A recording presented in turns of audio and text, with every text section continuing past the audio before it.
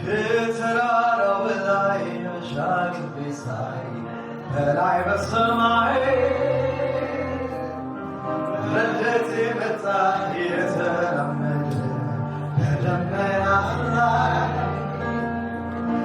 እንደ እግዚአብሔር ያለ ማንም እንደሌለ ይህንን ስላየ የዘላለም አምላክ መኖሪያዬ አድርጌዋለሁ።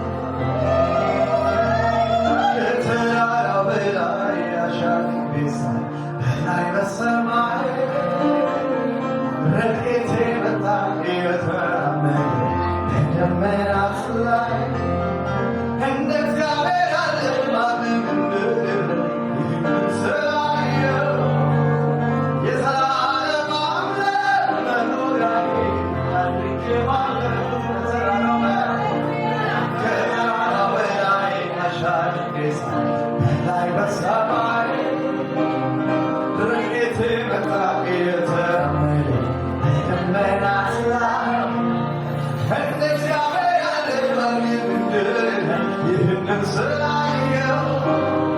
የዘላለም አምላክ መኖሪያዬ አድርጌዋለሁ።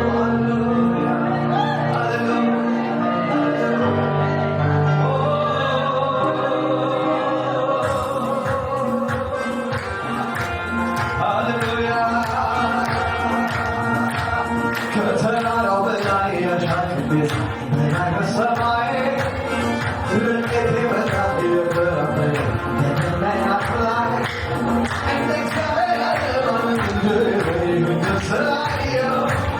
የዘላለም አምላክ መኖሪያዬ አድርጌዋለሁ። ከተራራው በላይ አሻግሬ በላይ በሰማይ ረድኤቴ መጣ የተራመደ በደመናት ላይ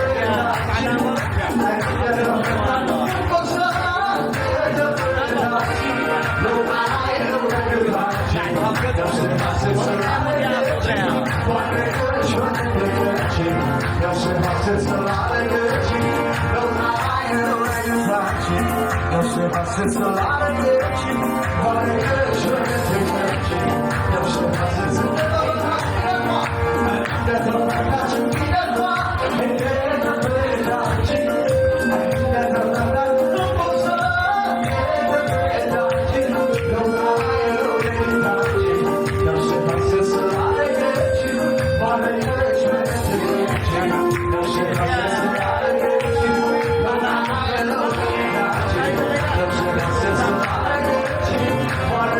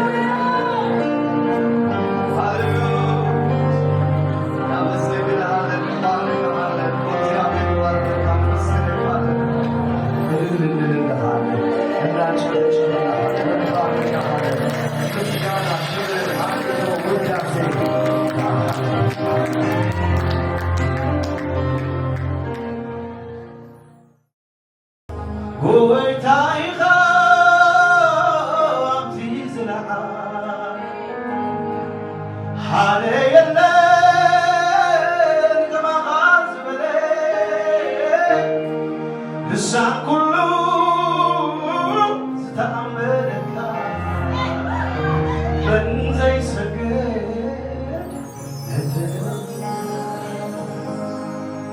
ጎይታ ኢኻ ዝለዓለ ሓደ የለን ከማኻ ዝበለ ልሳን ኩሉ ዝተኣመነካ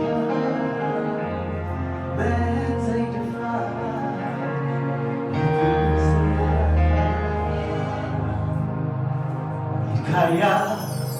ሁሉ ትገብሮ ኢትካያ ሁሉ ትገብሮ ኢትካያ ሁሉ ትገብሮ ኢትካያ ኢትካያ ሁሉ ትገብሮ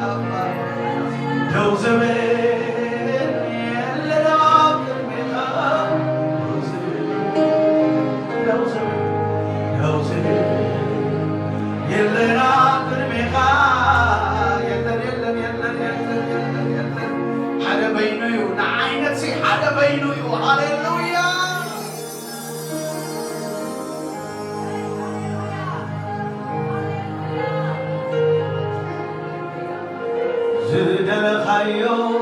ትገብር ዝደለኻዮ ትገብር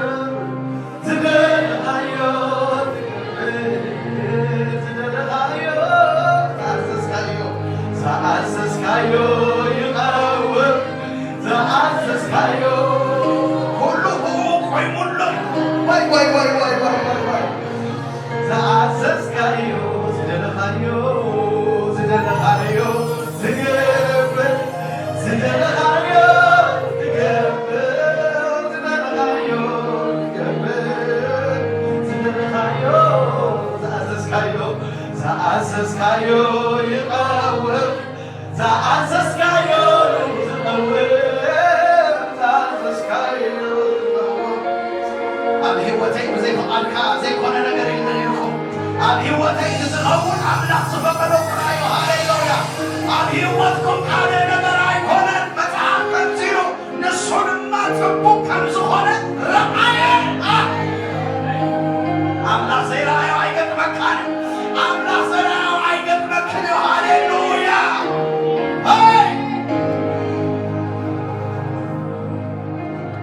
ኢልካያ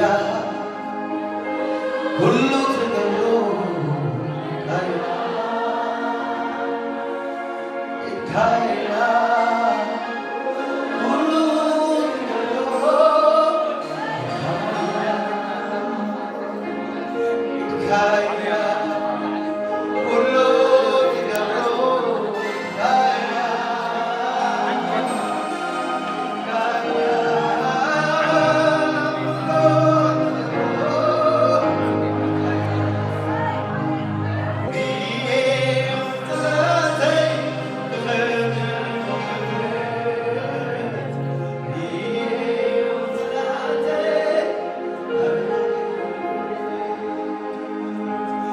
እግዚአብሔር ኃይለ መዝሙረዮ መዝሙረዮ መዝሙረዮ እግዚአብሔር ኃይለ መዝሙረዮ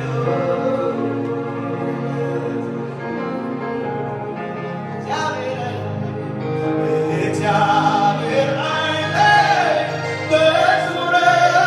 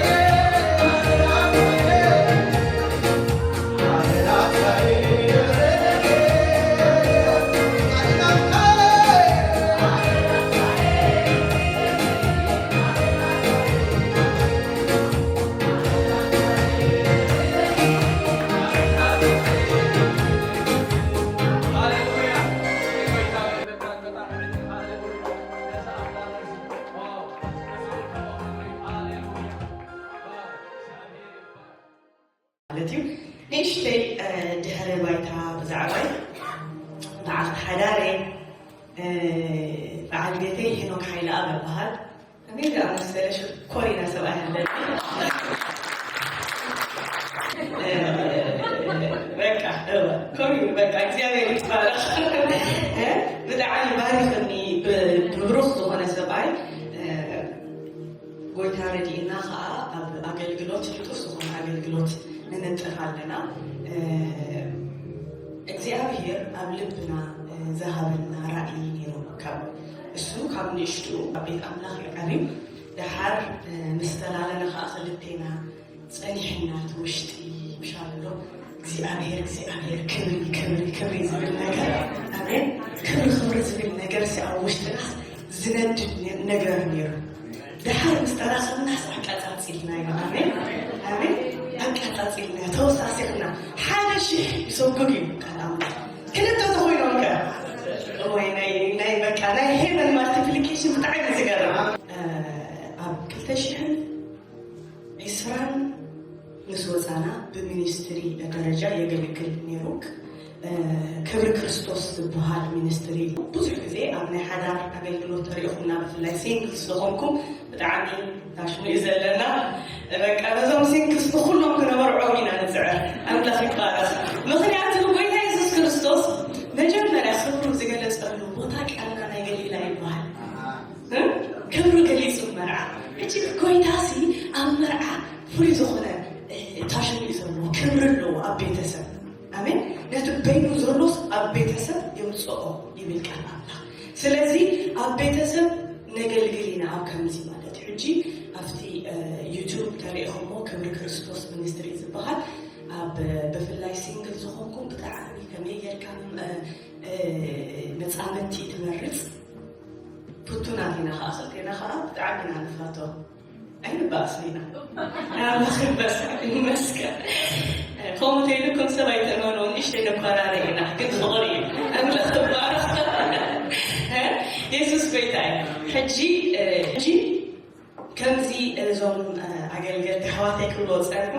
እዚኣ መፅሓፍ ናይ ሂወተይ ምስክርነት እያ ናይ ሂወተይ ፅምኣት እያ ናይ ሂወተይ ቅንኣት እያ ሕጂ ዋላ እቲ ካቨር ገይረዮ ዘለኹ መስትያት መልክዐ እናረኣኹ እየ ንሕና ሕጂ በካይዳና ድኻምና ክንርኢ ንኽእል ኢና እቲ ኣብ ውሽጥና ዘሎ ክርስቶስ እናጠመትና ክንከይድ ከለና ግና ኣንበሳ ኢና ንቕል ምክንያቱ እቲ ናይ ይሁድ ኣንበሳ ኣብ ውሽጥና ኣሜን ናይ ይሁድ ኣንበሳ እናጠመትና እያ ኢና ንኽእል ኣሜን ሕጂ ኩሉ ግዜ እናተለወጥና ኢና ንኽእል ዳስዋይ እዛ መፅሓፍ ከምዚ ዝኾነ ታሽሙ መሪፀ ማለት እዩ ሕጂ ንእሽተይ ንምንታይ ዕላማ ፅሒፈያ ከዓ ኣብዚኣ ንእሽተይ ከም ዝበልኩም እየ ኣብዛ መቕድም ትብል ዘላ እዛ ብቑሉዕ ገፅ እናጠመትናዮ ትብል መፅሓፍ ንክፅሕፍ ዝደረኸኒ ሙሉእ ዕረፍቲ ኣብ ሂወተይን ወለዶይን ክመፅእ ዝኽእል ካብ ጎይታ ኢየሱስ ምምሃር እዩ ዝብል ሓቂ ስለ ዝበርሃለይ ሙሉእ ዕረፍቲ ዝመፅእ ካምን ካብ ጎይታ ኢየሱስ ክርስቶስ ምምሃር ካባይ ተምሃሩ ንስኹም ዝተምሃረ ሰብ ይፅዕር ኣሜን ካብ ምን ካብ ክርስቶስ ኣሜን ስለዚ እንሆ ድማ ነዛ እናጠመትናዮ ትብል በኩሉ ፅሑፈ የቕርበልኩም ኣለኹ እቲ ቀንዲ በዛ መፅሓፍ ከመሓላልፎ ዝደለኹ መልእኽቲ ነቲ ብብዙሕ መገድታት ዝሓልፍ ዘለዎ ወለዶ ከም ቃል ኣምላኽ መሰረት ምጥማቱ ናብቲ ዘለኣለማዊ ክብሪ ክገብር ሂወቱን ናብኡ ተፈዊሱ ኣብ ልዕሊ ኩሉ ነገር ብክብሪ ስዒሩ ደው ክብል ኣብ ኩሉ ነገር ባሕርነት ምምላስ ክኾነሉ ርድዒ መንፈስ ቅዱስ ስለዘለኒ ኣሜን ኣም ኮንቪንስ በቃ እግዚኣብሔር እዚ ከም ዝገብሮ ኣብ ውሽጢ ከቢድ ዝኾነ ርድዒ ኣለኒ ንኣምላኸይሲ የኣምኖ እየ ኣሜን ነዚ ወለዶይ ብብዙሕ መከራ ዝሓልፍ ዘሎ ብክብሪ ገይሩ እግዚኣብሔር ከም ዝልውጦስ ይኣምን ስለዝኾነ ኣሜን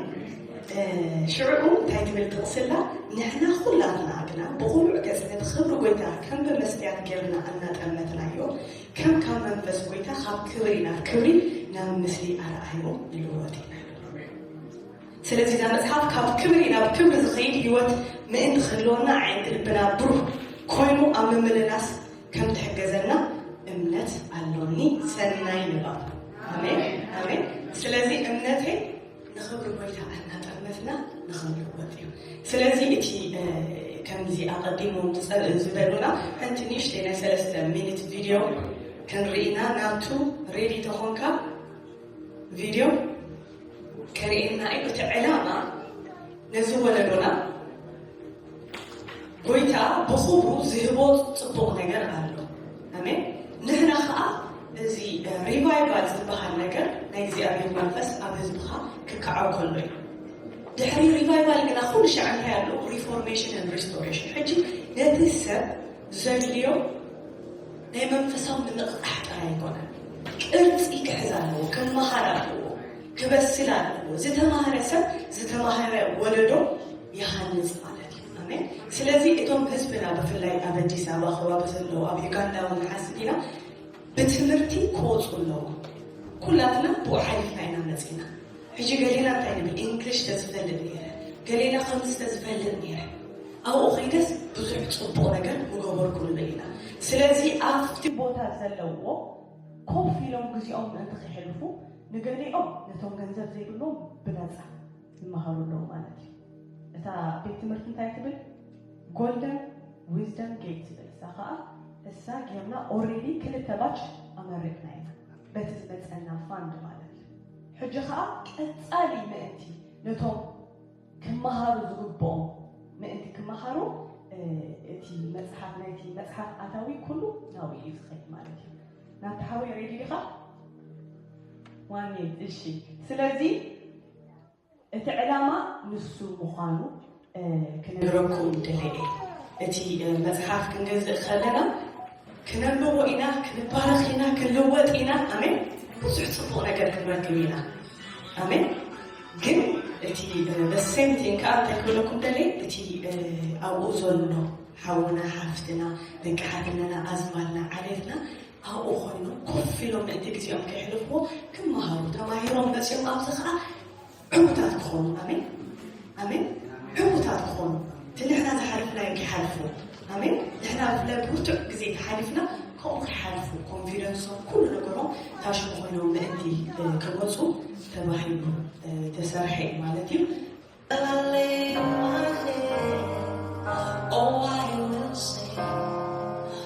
Ada berfungsi dari anjuran pertama ketika terus. أنا مثلا سريع طلعة نشتغل أبيت لوتي موس كثير بس بكاسو من العالم. So أبيت لوتي من الوطن خاصة بتوزع. So integration العالم مثلا أنا بعتقد أن العالم مثلا أبيت لوتي مثلا العالم مثلا العالم ما استوى مثلا. So حاجة مثلا زماننا وبيننا الناس مش بيشاركوا مثلا صوتهم. كما قلنا هو اللي يقدر يوصل للوصول.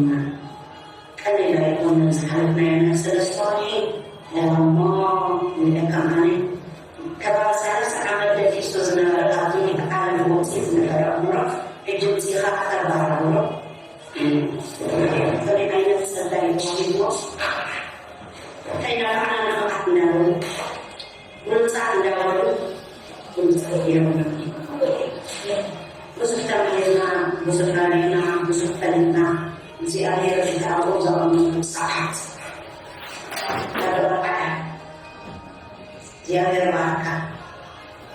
በዚህ ሰዓት አዋና ስልጣን ስዋታ ከቢላ ወራና እግዚአብሔር ያስችላል።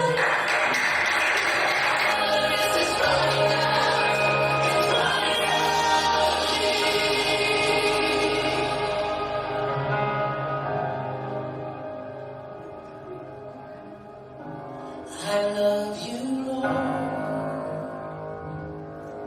for your mercy never fails me. All my days I've been held in your hand. Haji, now قال الله كسجرنا، آمين. كانت زبالكم كبري زبال أرستي حدا كافتي عزينا أو لبنا زلو أرستي. ምክንያቱ እግዚአብሔር አቦ ክብሪ እዩ፣ እግዚአብሔር ጎይታ ክብሪ እዩ፣ እግዚአብሔር ንጉስ ክብሪ እዩ። አሜን። እግዚአብሔር አቦ ክብሪ እዩ። እግዚአብሔር አቦ ጎይታና ኢየሱስ ክርስቶስ እዩ አቦ ክብሪ እዩ።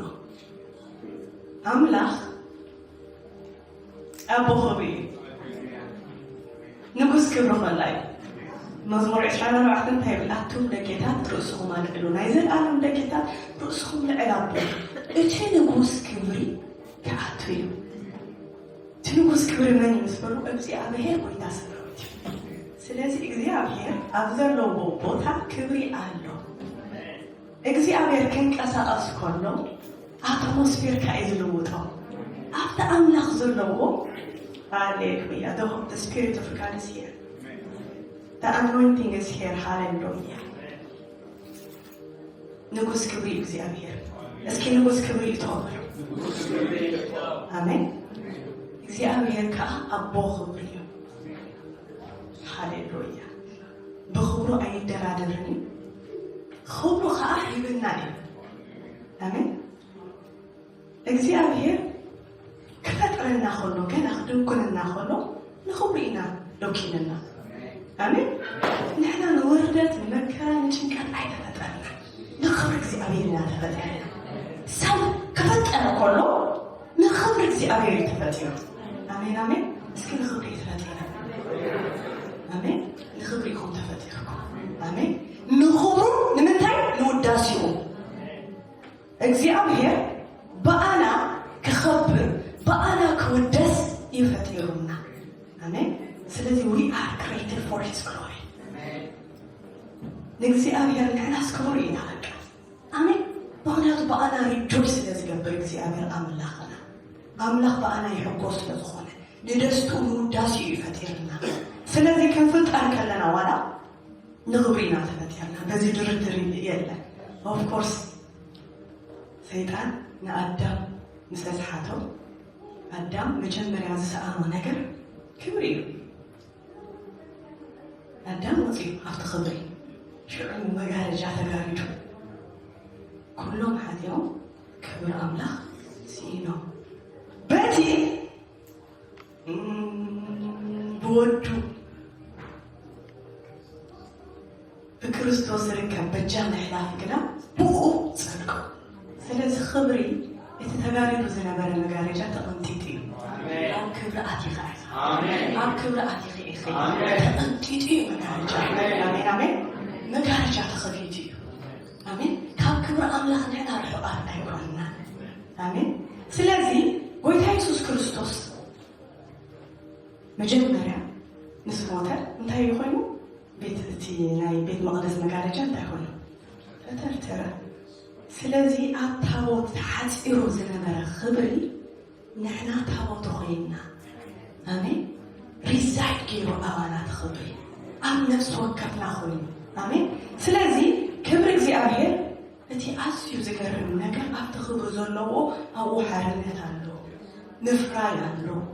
ምክንዋን ኣሎ፣ ምጥሓስ ኣሎ፣ ኩሉ ነገር እዩ ዝልምልን። ምክንያቱ ክብሪ ኣብ ቃል እዩ ዘሎ። ኣሜን። ንቃሉ ክንርኢና መፂና ዘለና መልኣኽ እግዚአብሔር ከዓ ኣብ ማእኸል ኣሻኽ ቆጥቋጥ ባህልሃልታ ሓዊ ተረኣዮ እንተጠመተ ድማ እነሃ እታ ቆጥቋጥ ብሓዊ ትነድድ ነበረት፣ እታ ቆጥቋጥ ግና ኣይተመልአትን። ሙሴኻ እዛ ዓብይ ትርኢት እዚ እዛ ቆጥቋጥ ከመይ ኢላ ሙኽ ከም ዘይትብልዓ خيدا كرئي بلا እግዚአብሔር ድማ ክርኢ ከም ዝቐረበ እስራኤ ኣምላኽ ኣብ ማእኸል እታ ቁጥቋጥ ሙሴ ኢሉ ፀውዑ ንሱ ድማ እምኔሁ በለ ሽዑ ከዓ ናብዚ ኣይትቐረብ እዛ ደው ኢልካላ ዘለኻ ቦታ ቅድስቲ ምድሪ ኢና እሞ ኣብ ኣሳኣንካ ካብ እግርኻ ኣውፅእ በለ ድማ ኣነ ኣምላኽ ኣቦኻ ኣምላኽ ኣብርሃም ኣምላኽ ይስሐቅ ኣምላኽ ያዕቆብ ከዓ ይበለ ሙሴ ድማ ከይጥምት ፈርሐ እሞ ገፁ ኸደነ እግዚአብሔር ከአሽዑ ነጊርዎ ማለት እዩ ስለዚ ኣብ ኣሻኽ ቆጥቋጥ ሓደ ክብሪ ተገሊጹ ፍሉይ ዓይነት ሞገስ ተገሊጹ ንሙሴ እግዚአብሔር ብኡኡ ንእስራኤል ከም ዘድሕን ይፈልጥ ነይሩ ካብ ንእሽቱ ሰው ሙሴ በትናቱ መንገዲ መሲልዎ እንታይ ይገብር ነይሩ ይፅዕር ነይሩ ብርእሱ ማለት እዩ ብርእሱ ይፅዕር ነይሩ እንታይ ገይሩ ካብቲ ሓደ ፃዕርታት ሓደ ግብፃዊ ንእስራኤላዊ ክዕምፆም እስራኤል ቀቲልዎ ምክንያቱ ንእስራኤላውያን ብርእሱ ዘድሕኖ ኩሉ ግዜ ኮሊ እንተለካ ግበር ዝብል ነገር ኣለካ ፃውዒት ብኸመይ ኢኻ ትፈልጥ እቲ ነገር እትስእሉ ኣብ ውሽጥኻ ይመፅእ ፉል ማቹሪቲ ዋላ ከይበፅሕ ይኽእል ግን እቲ ነገር እቲ ኣብ ውሽጥኻስ ግበር እዚ ነገር እዚ ግበር ንጃዓለ ንዓና ዘለና ነገር የለ ትሰዓበይ ነገር ንሕና ኣቶሞስፌርና ክኸውን ዘለዎ ወይ ዝኾነ እንታይ ናይ እግዚኣብሔር ፕሬዘንስ እዩ ኣምላኽ ምህላው እዩ ስለዚ ኣብዚ ጀሆቫ ሻማ ማለት እግዚኣብሔር ዝሓድረሉ ቦታ ኣብ ብሉይ ኪዳን ኢየሩሳሌም ትበሃል ከተማ እያ ኢየሩሳሌም እግዚአብሔር እንታይ ዝገብረላ ቦታ ኣምላኽ ዝሓድረላ ቦታ ኢትስ አ ግሎሪ ዝመልኣ ኣትሞስፌር ዝመልኣ ቦታ እያ ማለት እዩ ስለዚ ናብ ሓድሽ ኪዳን ክነምፅኦ ኢና እዚ ሓሳብ እዚ ናብ ምንታይ ክነምፅኦ ኢና ናብ ሓድሽ ኪዳን እግዚአብሔር ዝነብረሉ ቦታ ኣብ ኢየሩሳሌም እንተሪኢና ብርሃን እግዚአብሔር ምዃኑ ሓለዋኣ ምዃኑ ከለላኣ ምዃኑ ቀፅራ ንሱ ምዃኑ ኣሜን ኣምላኽ ዘለዎ ቦታ ዝተቐፀረ ቦታ እዩ ኣሜን ኣምላኽ ዘለዎ ከተማ ዝተቐፀረ ከተማ እዩ ስለዚ ከምታ ቀዲመ ክብላ ፀናሕኩ እግዚአብሔር ሕጂ ኣብ ከተማ ወይ ኣብ ቦታ ኣይኮነን ዘሎ ወይ ኣብ ሓደ ሳንዱቕ ኣይኮነን ዘሎ ኣባና እዩ ዘሎ ክብሪ እግዚአብሔር ኣባና እዩ ዘሎ ኣሜን ኢሳያስ 35 ክንከይድ ኢና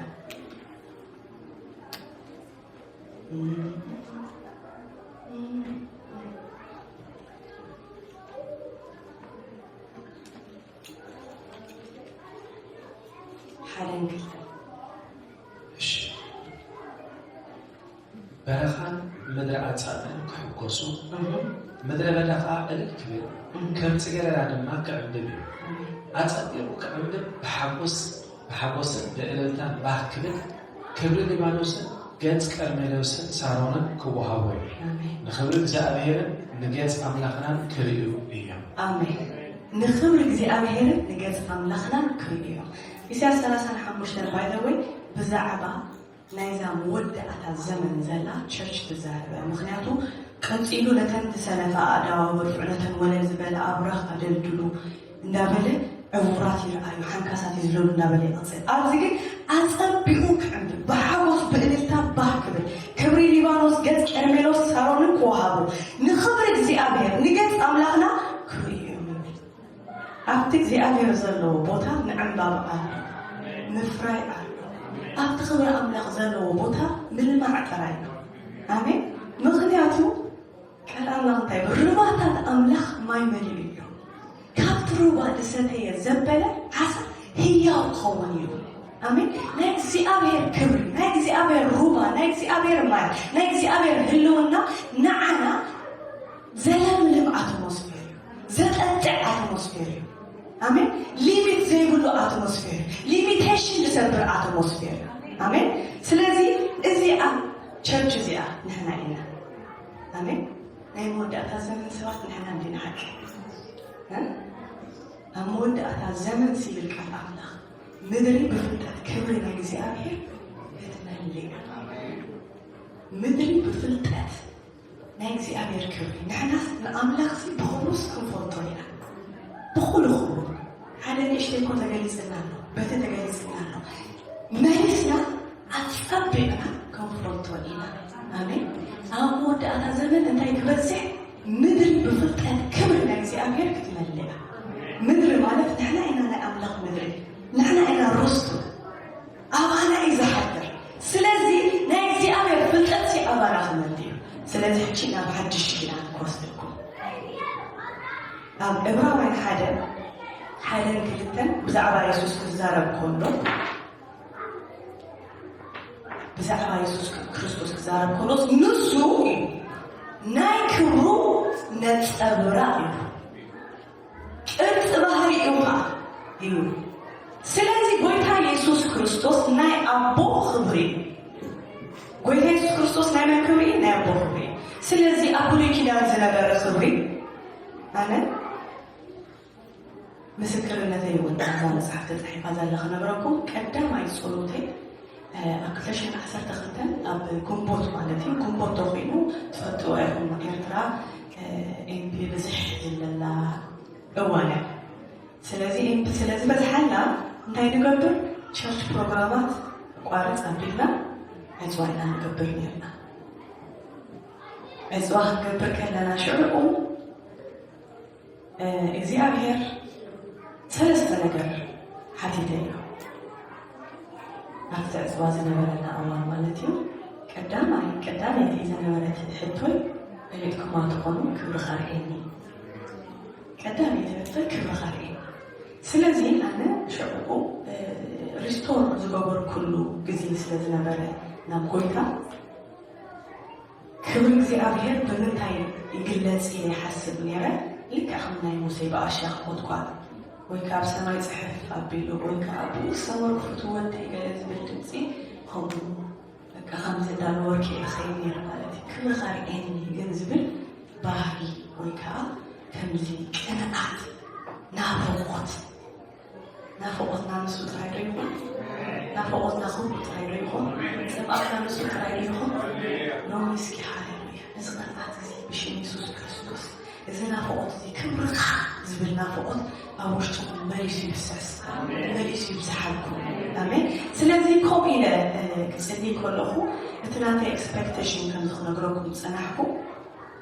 بخوم بذر أنا قرأ أولا كنا سلي دعال لقويتا بقالو بصولو بتنرتي نعبه خير كله حالا نقازي ترد أمس كقلنا سلي جميع حالا نقاز خفة اللي جميع نسخة كريستوس آمين كريستوس كأ انتهي مالتي كأب آمين مغنياتهم لا حدش كدان كبري كريستوسي سلازي حدش كدان كبري قدالي كالغانا يزي أبيه نكريستوس يزي أبيه زي قال سألك مغنياتهم نسو ناي كبرونا أبرار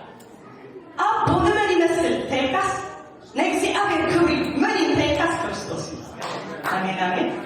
نايزي أبيه كبري ذرئنا من ينتيكاس أملاك يبويس out Christ نسو بقصة مركفة ومدري لمن؟ بسم الله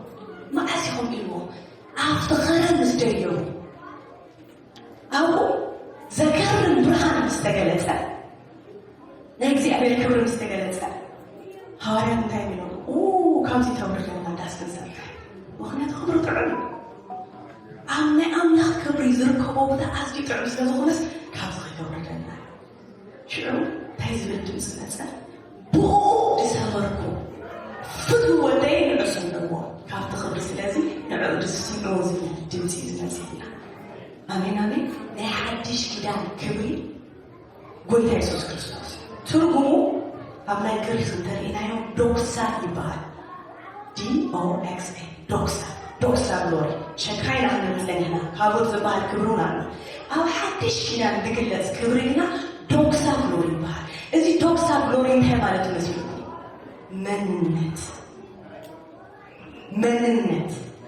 فالي برهان ملكع مالتي سلازي منتنا أملاك قلتنا أملاك ملكعنا أملاك بكريستوس يسوس نعلم تكوين لنا وحيدنا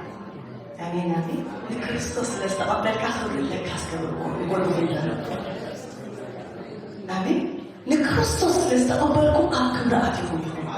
አሜን አሜን አሜን ክብራት ይሁን እዚ መልክዕ እዚ ባህሪ እዚ ጽባቐ እዚ ኢሜጅ ተማቐልቲ ኮይና ኢና ከናምኩም ተማቐልቲ አምላካዊ ባህሪ Christ, the image of God is in us. The glory of God is in us. ክብር አምላክ አባና አለው በምን በወልዱ በኢየሱስ ክርስቶስ ስለተገለጸ ስለዚህ ክብር አቲና ይልና እዚ ክብር አቲና ይልና ከቸቻ ይብለኩም አቲና ይልና ጌታ ኢየሱስ ክርስቶስ ጽልይ ኮሎ ዮሐንስ 17 አቦሎ አታ አነ ዘለዎ አፍቲ ክብር ቦታ ከሉ ይጽልያሉ ካብተ ክብር ይቆምስ ይጽልያሉ ጌታ ኢየሱስ ክርስቶስ በኦኬርስ እቲና አፍተ ክብርና እግዚአብሔር እቲና ዶክሳ ግሎሪ ባህል ኢሉሚኔሽን ብርሃን ማለት ኢሜጅ ኦፍ ጋድ ራዲያንስ ነው ኢሜጅ ዝደው ብርሃን ማለት አሜን ጌታ ኢየሱስ ክርስቶስ ሁሉ ጊዜ ግለጽ ኮሎ አሐድሽ ኪዳን ተሪእሞ ብርሃን ግለጽሞ አይቶ ከለከለ ኢየሱስ ጌታ ምድሪ ሓፂን ወፃዕሎ ዘይክእል ብርሃን እዩ ስለዚህ ኣብዚ ክብርባ ድንኳንና ክንሰርሕ ኢና ኣብዚ ክብርባ ክንቅመጥ ኢና ኣሜን ኣብ ድኻምና ኣብ ዓቕምና ኣብ ሓይልና ኣብ ክእለትና ዘይኮነ ኣብቲ ክብሪ ዳስ ክንሰርሕ ኢና ኣሜን ኣብቲ ክብሪ ኢና ዳስ ንሰርሕ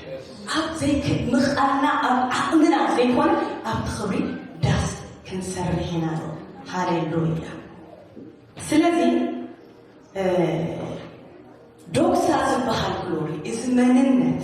እዚ ብርሃን እዚ ኢሜጅ እዚ ኢሉሚኔሽን ኣባና ዝኣተወ ንሕና ንምንታይ ተዋሂበና እንተይልኩም ንኻልኦት ምእንቲ ክንንፀባረቕ ኣሜን ንሕና ምእንቲ ንኻልኦት ክነብርህ እዚ ብርሃን እዚ ኣባና ኣትዩ ቆልዕት ከለኹም መጽሐፍ ከበር አሉ عليها ቪዲዮ ዘነበረታኒ ዝራእያ ከማ ዘነበረታ እነን ይራክ መጽሐፍ አብላይ አቤት ወዘነበረታ ክንጻፍ ከለና እንታይ ንገብር ሳተ ተሰራ ማለት እዩ እንዚ አገርና ፀሐይ እንዚ አገርና ናምሬት ነብር ድሙ ተላተ ከመ ድሙ ተስከራ ተጣይኩም አጥዋይቶም በብርሃን በቤትሮ ወይ ከዓ ጻጸ ለባዕሉ ተሕርሮ ብጣዕሚ ብርቱዕ ብርሃን ስለዚህ እዚ ዶክሳ ዝበሃል ግሎሪ እንታይ ማለት እዩ ናይ እግዚአብሔር ክብሪ ኣባና ሻይን ይገብር ኣሜን ንሕና ከዓ ንኻልኦት እንታይ ክንገብር ክንንፀባርቕ እቲ ክብሪ ዝተዋሃብናዮ እቲ ዝኣተናዮ ክብሪ ልክዕ ከምታ ፔትሮ ሻይን ንገብር ንሕና ከዓ ልክዕ ትናትና ትዩ ትናትና ዳይሬክሽን ዓሪና ምስ ጎይታ እንታይ ክንከውን እዩ ንኻልኦት ክነብር ኣነን ሃሌሉያ أنا بخبر قلت خبر رئيس كملو أنا سلستمل أخو خبر رئيس كملو آمين إنت خبري أوانا سلسلو أوانا حتسأل زي كونه نخالقت كنا بري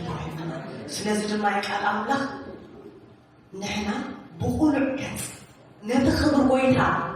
النات أمتنا يقول لمن النات أمتنا نتخبر قويتها نتخبر قويتها سنة بقول عكس النات أمتنا يقول كم منفس قويتا حينا أين خلينا بخلنا كم منفس قويتا كم كبري نبكى على خبري نبكى على خبري نبكى على خبري آمين نام مثلي أرأيه تيخو سلزي إذا ملك أزين تيخو إننا مثلنا يوم خير آمين processing that's why كل شيء على خبر الله كنت مثلنا كل جزء إنتي فوكسنا فينا إتنانا مطلع إذا عينتنا كل جزء أو أخت الكنزة نومي كونتات المرأة كمانا كقارس آمين كونتاتنا وانا حمق يا هلو كونتاتنا وانا أتسكرني خازمت كونتات يا هلو نومي نرعو مطلع كريفنا دايما قبلنا عينتنا نبت كريستوس عينتنا نبت كريستوس عينتنا نبت خبري آمين سلازي أب قدام قرنطس حاجة شدوشتة شوعته እዚህ ዶክሳዞን ዝም ብሎ ወይ ዶክሳ ክሎሪን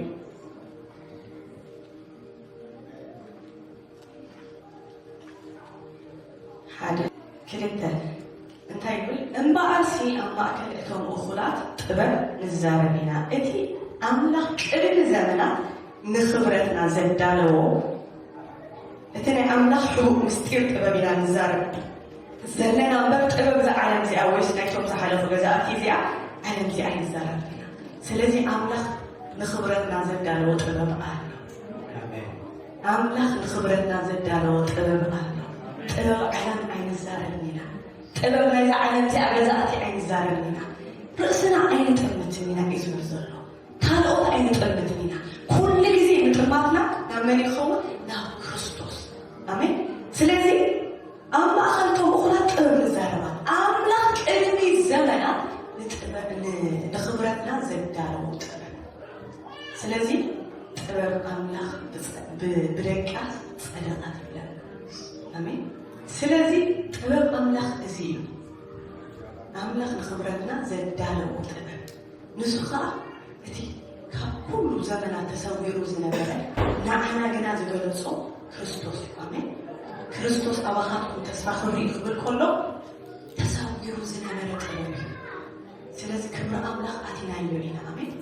ክብሪ ኣምላኽ ኣቲናዮ ኢና ኣሜን ሎማዓንቲ ሓንቲ ነገር ክገድፍ ዝረርየ እንታይ እዩ ካብ ርእስና ካብ ኩነታትና ካብ ደኻምና ካብ ደኻም ሰባት ኣዒንትና ክነልዐ ኣሜን ኣሜን ካብ ርእስና ዋላ ኣነ ኣይክእልኒ ኣነ ኣይጠቅምኒ ኣነ ከምዚአ ኣነ ከምዚ ሾርት ካሚና ኣለኒ ዝብል ነገር ኩሉ ገዲፍና ምክንያቱ ጥበብ ኣምላኽን ፅድቂ ኣምላኽን ዝኾነና ካብ ክርስቶስ ኢና ዳ እምበር ካብ ርእስና እውን ኣይኮነ ክርስቶስ እንታይ ጥበብ ኣምላኽ ኮይኑና ፅድቂ ኣምላኽ ኮይኑና ኣነ እግዚኣብሔር ኣቦ ክሪአኒ ከሎ ብክርስቶስ እዩ ዝርአኒ ኣሜን ኣሜን ንዓይ ዝረኣየለይ ክርስቶስ ስለዚ ኣብ ኣምላኽ ትብዓት ኣለኒ ኣብ ኣምላኽ ትብዓት ኣለኒ ኣብ ኣምላኽ ትብዓት ኣለኒ ሰባት ዝበሉ ይበሉ ኣብ ኣምላኽ ትብዓት ኣለኒ እዚ ትርድዕናተይ ኣሜን ርድዐይ እዚ እዩ እግዚኣብሔር ብክርስቶስ ባህ ስለ ዘበሎ ንክርስቶስ ባህ ቢሉ ኣብ ክንዳይ ኮይኑ ማለት እዩ ስለዚ እግዚኣብሔር በኣይ ባህ ይብሎ እዩ ብክርስቶስ ስለ ዝጥምተኒ ማለት እዩ ስለዚ ሎማዓንቲ ኣብ ክብሪ ኣቲና ኢና ኣሜን ኣሜን ኢሳያስ ምዕራፍ 6 ኢሳያስ እንታይ ዝርኢ ነይሩ ኣነ ሓጥእ ኣብ ማእኸል ዝሓጥእ ህዝቢ ዝነብር ዘለኹ ይብል ነይሩ ርእሱ ሓጥእ ምዃኑ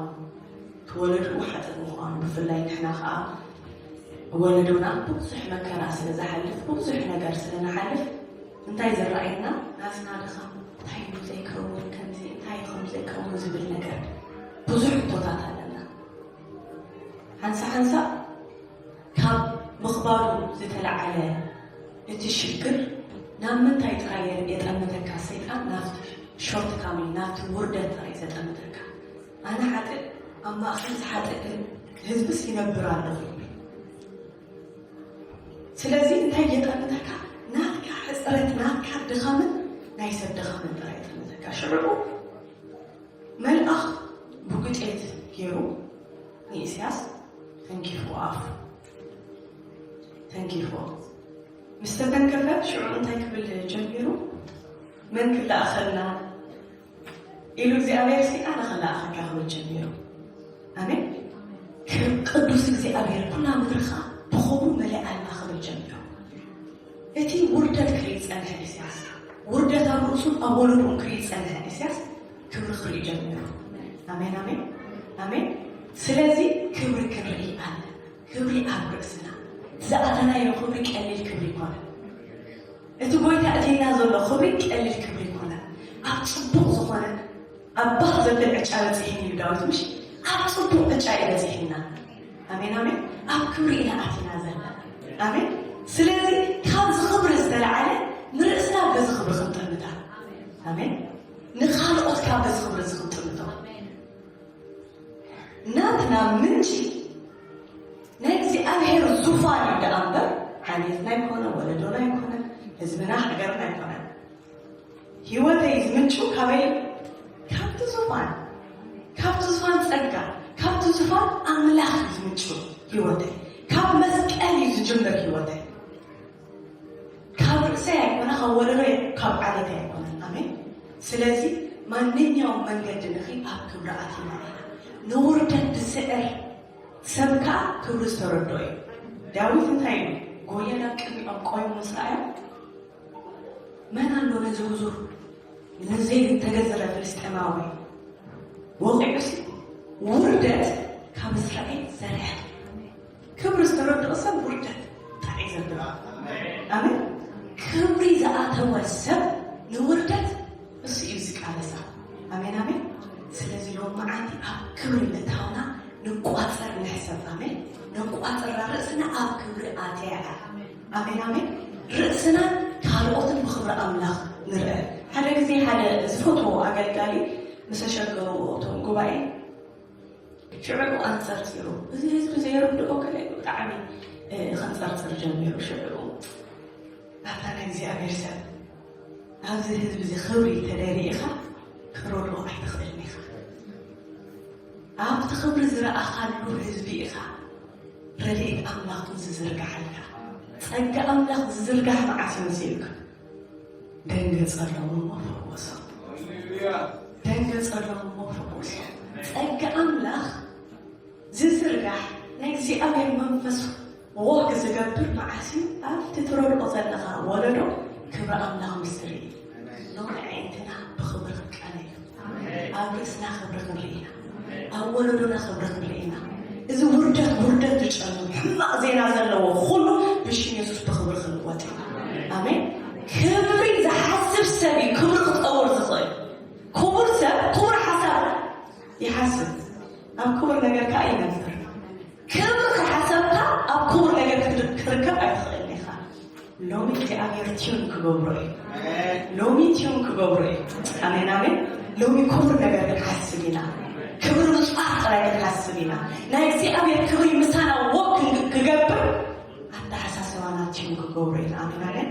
የሱስ ጎይታ እዩ ክውርደት ዋላ ከሎ እግዚኣብሔር ክብሩ ክገልፅ እንተደልዩ እቲ ነገር ኣብ ውሽጢ ክስኢሉ ይግምት ስለዚ ሙሴ በእዳወይን እስራኤላውያን ከድሕኖም ኢሉ እንታይ ገይሩ ይትኩ ፐርሰናሊ ባዕሉ ንሓደ ግብፃዊ ቀቲልዎ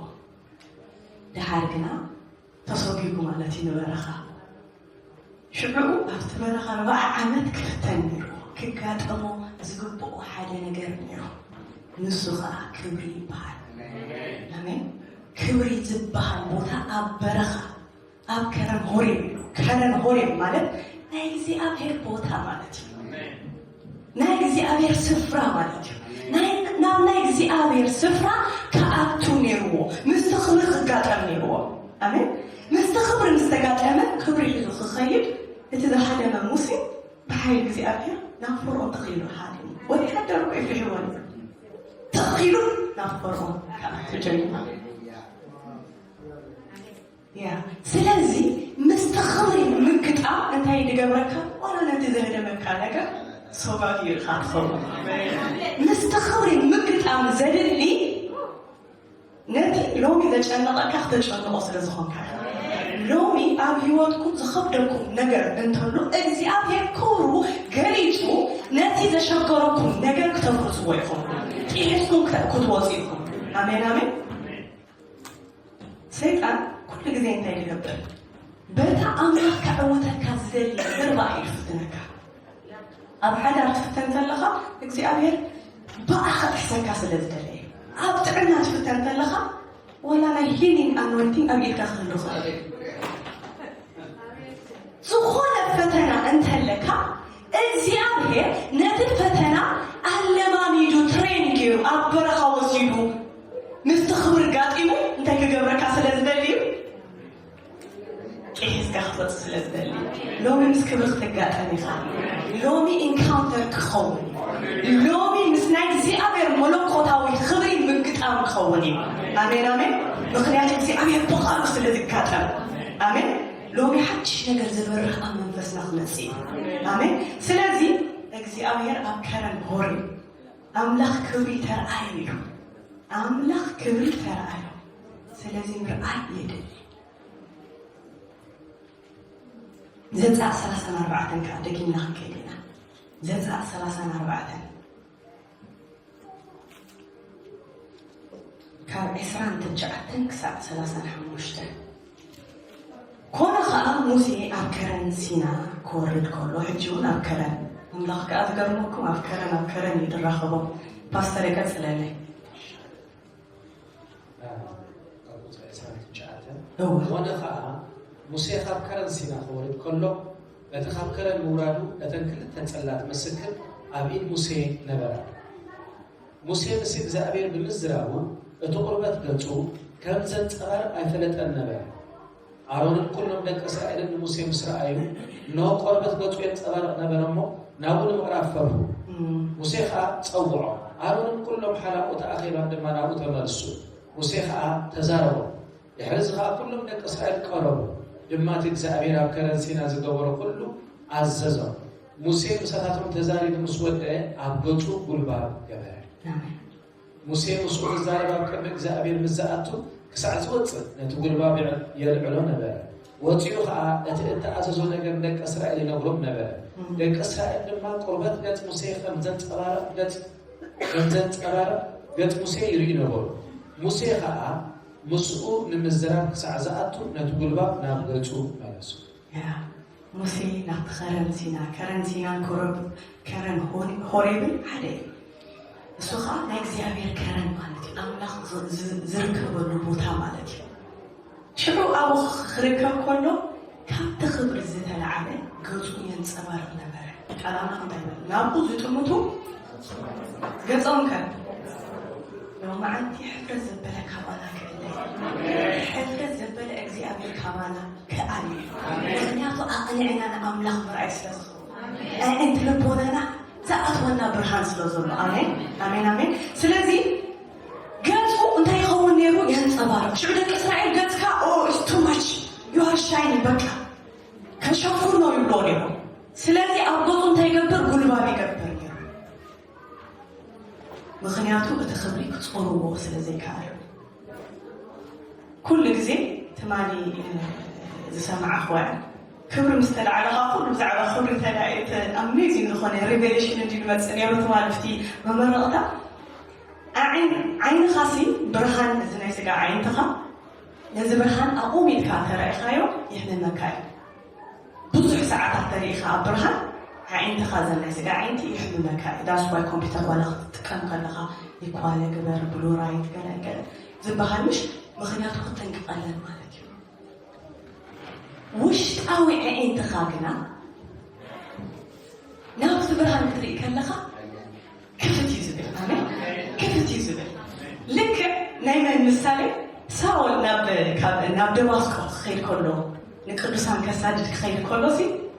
ጎይታ ኢየሱስ ክርስቶስ ብፀዳል ብርሃን ዓይንቱ በሲዎ ሽዑ እቲ ናይ ስጋዊ ዓይኑ እቲ ብርሃን ክቋቐሞ ስለ ዘይከኣለ ዓብዩ መንፈሳዊ ዓይንቱ ግና ተኸፊቱ መን ኢኻ ጎይታ ኣነ ደኣ ንዓኻ ዘገልግል ዘለኹ እንዲ ድመ መን ኢኻ ጎይታ እንታይ ክእዘዝ ክብል ጀሚሩ ስለዚ ዓይንትኻ ምኽፋት ምእዛዝ እዩ ዘምፅእ ውሽጣዊ ዓይንትኻ ክኽፈት ከሎ ንእግዚኣብሔር ምእዛዝ እዩ ዘምፅእ ሎሚ ዓይንትና ክኽፈት እዩ ንኣምላኽ መሊስና ክንብዘዞ ኢና ኣሜን ንእግዚኣብሔር መሊስና ክንሰምዖ ኢና ዳሃይ ክንሰምዕ ኢና መንገዱ ክንከይድ ኢና ምስቲ ክብሪ ዋክ ክንገብር ኢና ኣሜን ኣሜን ስለዚ ዓይንቱ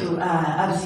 ሙሴ ነቶም እስራኤላውያን ብናይ ስጋዊ ዓይንቲ ስለ ዝጥምትዎ ዝነበሩ ነቲ ኣብ ገጹ ዝነበረ ብርሃን ክቋቋምዎ ኣይከኣሉ ነይሩ ስለዚ ጉልባብ ግበር ኢሎም እቲ ናይ እግዚኣብሔር ብርሃን ግን መሊሱ ኣትራክት ዝገብር ቅረብ እዩ ድመፀካ ኣሜን ኣብቲ ኣሻኽ ቆጥቋጥ ዝተገለፀ ብርሃን እኮ ሙሴ እንታይ ይብል ክርኢ ኢሉስ ቀረበ ናይ ኣምላኽ ክብሪ እንታይ ይገብረካ የቕርበካ ኣትራክት እዩ ዝገብር ኣሜን ሰሓቢ እዩ ናይ ኣምላኽ ክብሪ ስለዚ እንታይ ይብል ቀረበ ኣምላኽ ይመስገን ህዝቅኤል ከዓ ክንከይድ ኢና ህዝቅኤል 43:1-2 ክሪእና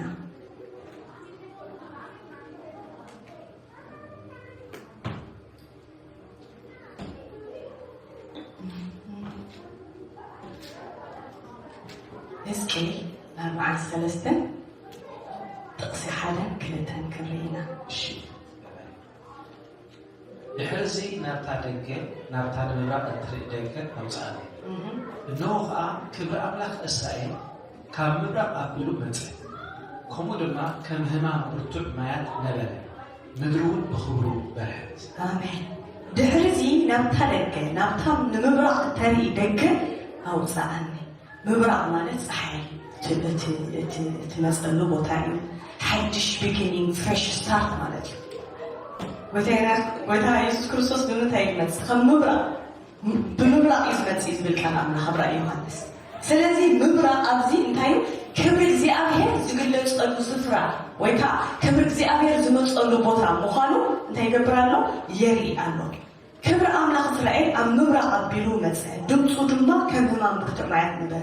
ምድሪ ብምንታይ ብኽብሩ ኣብርሀ ኣብቲ ክብሪ ዘለዎ ቦታ ብርሃን ኣሎ ኣብታ ሓዳሽ ኢየሩሳሌም ከምኡ ኮይኑ እግዚኣብሔር ንሱ በዓል ብርሃናት ስለዝኾነ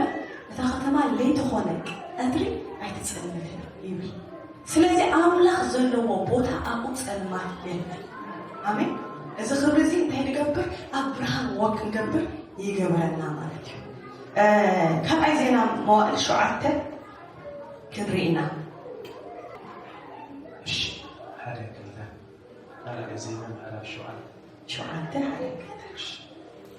ሰሎሞን ጸሎቱ ምስ ወድአ ድማ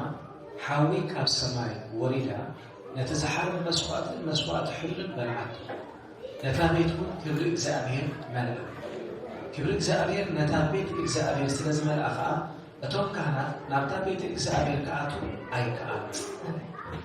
ስለዚ ነታ ቤት መቕደስ እቲኣ እንታይ በሊእና ክብሪ እግዚኣብሔር መልአ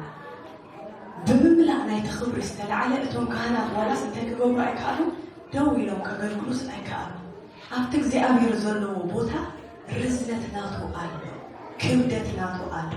ኩነታት ዘይኮነ ድኸብደካ ሽግራት ዘይኮነ ድኸብደካ ናይ እግዚኣብሔር ሞጎስ እዩ ዝኸብድ ናይ እግዚኣብሔር ፈውሲ እዩ ዝኸብድ ናይ እግዚኣብሔር ህላውነት እዩ ዝኸብድ ስለዚ ክብሪ ኣብ ብሉይ ኪዳን እንታይ ማለት ይመስለኩም ሸካይና ግሎሪ ይበሃል ሸካይና ግሎሪ ማለት እግዚአብሔር ኣሎ ማለት ብርሃን ናይዚ ወንጌል ወይ ናይ ክብሪ ብርሃን ዝረኸቦ ሰብ ምስ ምንታይ ዝጓዓዝ ምስቲ መንፈስ ይኾኑ ኣይምለሱም ከዓ ነበሩ ስለዚ ኣዒንቲ ምብራህ ማለት ምስቲ መንፈስ ወክ ክትገብር እዩ ዝገበረካ ዳስ ዋይ ቃል ኣምላኽ ነንብብ ከለና እቲ ክብሪ ኣብ ምንታይ ዘሎ ኣብ ክርስቶስ እዩ ዘሎ ክርስቶስ ከመይ ቃል እዩ ዮሃንስ 1:14 እንታይ ይብለና እቲ ቃል ከም ክብሪ ሓደ ወዲ ነብኡ ረኣና ክብሪ ናይ ቃል ይብለና ክብሪ ናይ ቃል ኣምላኽ ልክዕ ከም ክብሪ ሓደ ወዲ ነብኡ ረኣና ስለዚ ኣብ ቃል ኣምላኽ ዘሎ ክብሪ እንታይ ይገብረካ ኣዒንኻ ይብርሆ ሎማ ዓንቲ ምስ መንፈስ ቅዱስ ወክ ንገብር ኢና ኣሜን ኣሜን ካብዚ ክብሪ ዝተልዓለ ካብ ብርሃን ዝተልዓለ ብርሃን ቃል ኣምላኽ ኣብ ሂወትካ ተመፂኡ እንታይ ይገብረካ ምስቲ መንፈስ ከም ትጓዓዝ እዩ ዝገብረካ ኣሜን ኣሜን እዞም መላእኽቲ ነቲ ብርሃን ስለ ዝተዓዘቡ ነቲ ብርሃን ስለ ዝረኣዩ እንታይ ክገብሩ ጀሚሮም ምስኡ ክመላለሱ ጀሚሮም ስለዚ ብርሃን ኩሉ ግዜ ምስቲ መንፈስ ፍሎ ከም ትገብር እዩ ዝገብረካ እስኪ ሃሌሉያ ሎሚ እንታይ ክብለኩም ደለ እዚ መፅሓፍ ካብ ከምዚ ናይ እግዚኣብሔር ክብሪ ምድላይ መንፈስ ዝተበገሰ መፅሓፍ እዩ ጎይታ ከዓ ክብሪ ክንፀውር ይደልየና ኣሎ ናቱ ክብሪ ከም ናይ መወዳእታ ሰራዊት ናይ እግዚኣብሔር ናቱ ክብሪ ፀርና ክንኣቱ ክንወፅእ ይደልየና ኣሎ ምክንያቱ ክብሪ ድፀውር ሰብ እዩ ሰዓሪ ዝኸውን ክብሪ ድፀውር ሰብ እዩ ንኩሉ ጥሒሱ ዝወፅእ ክብሪ ድፀውር ሰብ እዩ ቀፅሪ ደፍርስ ኣሜን ሕጂ ካብ ርእስና ድዩ ካብ ከባቢና ቀፅሪ ክነፍርስ ተኮይና እዚ ክብሪ እዚ ክንፀውር ኣለና ክብሪ ክንፀውር ተኮይና ከዓ እንታይ ክንገበር ኣለና ክብሪ ክንሓስብ ኣለና ኣሜን ክቡር ሰብ ክቡር ሓሳብ ይሓስብ ኣብ ክቡር ነገር ከዓ ይፀንዕ እስኪ ሃሌሉያ ንፀልይ ይፈፅም ኢሎም بيس كريستوس أملاك سلالو أملاك سليانو إن جيسوس يم أملاك إسحاق زاوية بالآيات برانا لما نسحاق زاوية كبرت تبين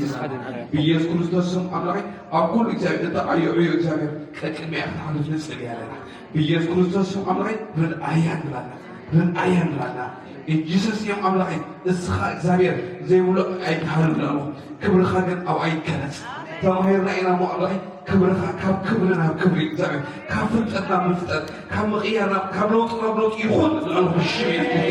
أملاكي لما ليس إجابة تدايم لنا بيجي كريستوس أملاكي كم سكال كذلو رديتي كبيو رديتي كبسماي مدرس جبر العلي إجابة تويلو بقول لك سلطة الأتمسك توارد لنا كلنا أبوي رلاية لنا بيجي كريستوس كل أملاكي إجابة صار إجابة نعرف أي